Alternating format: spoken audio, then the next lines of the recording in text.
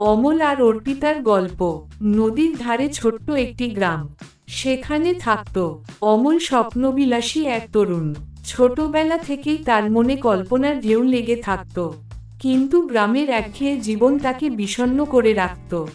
একদিন নদীর ধারে বই পড়ছিল অমল। হঠাৎ সে দেখতে পেল অর্পিতাকে। অর্পিতা পাশের গ্রামের মেয়ে, শহরে পড়াশোনা শেষ করে সদ্য গ্রামে ফিরেছে। সাদা শাড়ি পরা অর্পিতার চুল হাওয়ায় উড়ছিল। অমল যেন মুহূর্তেই মুগ্ধ হয়ে গেল। কয়েকদিন পর গ্রামের মেলায় তাদের দেখা হয়।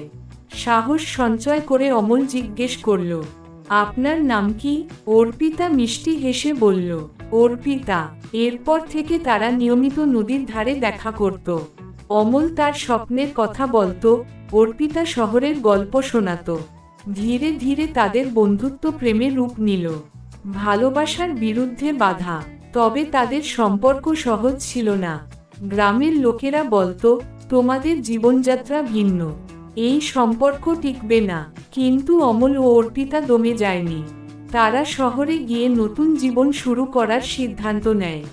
শহরে গিয়ে অনেক কষ্ট করতে হয়েছে। অমল ছোট একটি চাকরি নিল, আর অর্পিতা স্কুলে শিক্ষকতা শুরু করল। ধীরে ধীরে তারা তাদের ছোট সংসার গড়ে তুলল। গ্রামের পরিবর্তনের স্বপ্ন। বছর কয়েক পর তারা গ্রামে ফিরে এলো।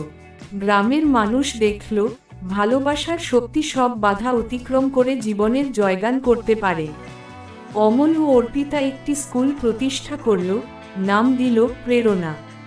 অর্পিতা শিশুদের পড়াতে শুরু করল, আর অমল কৃষকদের আধুনিক পদ্ধতিতে কৃষিকাজ শেখাতে লাগলো। শুরুতে গ্রামের মানুষ তাদের প্রচেষ্টায় সন্দেহ করত, তবে ধীরে ধীরে সবাই বুঝতে পারল, তারা শুধু নিজেদের জন্য নয়, পুরো গ্রামের উন্নতির জন্য কাজ করছে। বাধার মুখে অমল, অর্পিতা, তাদের প্রচেষ্টার মাঝেও একদিন পঞ্চায়েতের কিছু মানুষ এসে বলল, তোমাদের এই পরিবর্তন আমাদের পুরনো ঐতিহ্যকে নষ্ট করছে। মেয়েরা বাইরে যাচ্ছে, এটা সংস্কৃতির বিরোধী। অমল, অর্পিতা গ্রামের সবাইকে একত্র করে বলল, সংস্কৃতি মানে কুসংস্কার নয়, শিক্ষা, উন্নয়ন আর ভালোবাসা দিয়ে আমরা আমাদের ঐতিহ্যকে আরও শক্তিশালী করতে পারি। নতুনত্ব আর ঐতিহ্য একসঙ্গে থাকতে পারে। তাদের যুক্তি গ্রামবাসীদের মন ছুঁয়ে গেল। প্রজন্ম থেকে প্রজন্মে কিছু বছর পর তাদের একটি কন্যা সন্তান হলো, নাম রাখল তারা। তারা তাদের ভালোবাসার প্রতীক। অমল, অর্পিতা মেয়েকে শিখিয়েছিল, তুমি শুধু আমাদের ভালোবাসার গল্প নও, তুমি নতুন স্বপ্নের প্রতীক। ভালোবাসা দিয়ে পৃথিবীকে বদলে দিও। তাদের কাজ প্রজন্মের পর প্রজন্ম ধরে গ্রামের উন্নতি ঘটালো। প্রেরণা স্কুল এখন একটি বড় শিক্ষা প্রতিষ্ঠান, যা আশেপাশের গ্রামেরও সীমানা ছাড়িয়ে গেছে।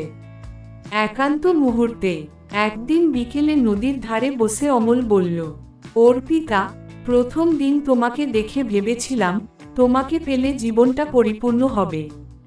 আজ বুঝি, তুমি শুধু আমার নয়, এই পুরো গ্রামের আলো। অর্পিতা চোখে জল নিয়ে বলল, তুমি না থাকলে এই পথ চলা সম্ভব হতো না। আমরা একসঙ্গে যা করেছি, সেটাই জীবনের সবচেয়ে বড় অর্জন। কিছুদিন পর অমল এক শান্ত সকালে চিরনিদ্রায় শায়িত হলো। তার স্মৃতিতে স্কুলের মাঠে একটি বটগাছ লাগানো হলো। অর্পিতা শোকের মধ্যেও গ্রামের উন্নতির কাজ চালিয়ে গেল। অবশেষে অর্পিতাও জীবনের শেষ অধ্যায়ে পৌঁছালো। মৃত্যুর আগে বলল, আমাদের গল্প যেন শুধু গল্প হয়ে না থাকে, এটা সবার জন্য প্রেরণা হয়ে উঠুক। অমল, অর্পিতার ভালোবাসার গল্প আজও মানুষের হৃদয়ে বেঁচে আছে।